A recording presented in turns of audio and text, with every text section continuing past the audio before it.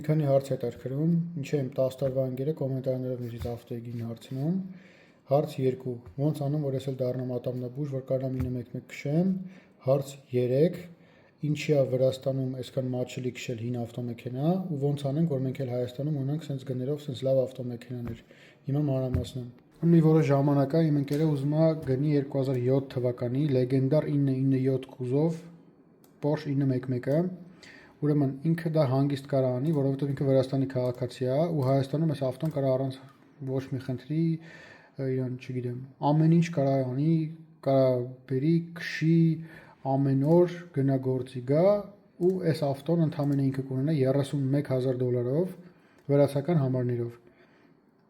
Իսկ մենք ցավոք սրտի այս ավտոմեքենայի մասին կարող ենք միայն երազենք, որովհետև միայն իր մաքսային արժեքը լինելու է մոտ €28,000, իսկ Վրաստանում $3,400 ընդամենը այս ավտոմեքենայի համար։ Հայաստանում իրան կունենանք վրացական համարներով իհարկե $31,000։ Ավտոն ունի ուրեմն էլեկտրոնիկայի հետ կապված խնդիր, մի փոքր վնասվածք, ուրեմն ուր էր իր վնասվածքը, այս վնասվածքն է իր վրա, ու մեկ էլ չգիտենք իր վազքը ինչքան է, բայց դե կարենք Carfax անենք։ Եթե դուք եք հանդիսանում այլ երկրի քաղաքացի, իհարկե ոչ ԵԱՏՄ, այսինքն Ռուսաստանի, Ղազախստանի քաղաքացիներին, սա ցավոք սրտի չի վերաբերվում,